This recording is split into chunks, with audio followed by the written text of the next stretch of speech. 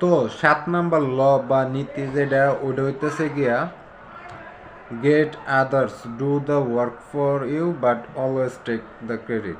তো এটার মানে যেটা এটা হইতেছে গিয়া আরেকজনের দিয়ে কাজ করে নাও এবং সবসময় ওই কাজের কৃতিত্ব যেটা আছে ওইটা নিজে নেওয়া। তো আরেকজনের দিয়ে সবসময় আরেকজনের জ্ঞান বা পরিশ্রম ওইটা দিয়ে তোমার কাজ করা নিতে হবে এবং ওইটার থেকে যে ফলটা আইব ওইটা তোমার নিজের লেগে কৃতিত্ব যেটা আছে এইটা তোমার নিজের নিতে হইব।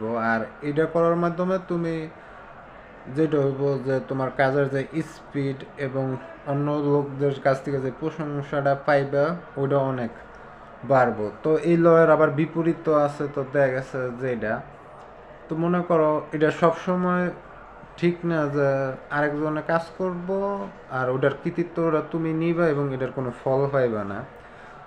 দেখা গেছে মনে করো তুমি যদি কারো পাওয়ারফুল লোকের কাজের কৃতিত্বটা নিতে যাও ওই ক্ষেত্রে কিন্তু তোমার আরো উল্টা ক্ষতি হইব।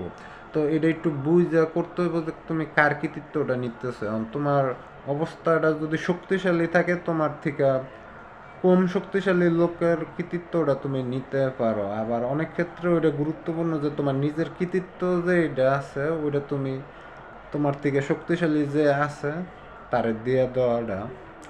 আর এটাই হইল গিয়া পাওয়ারের খেলা।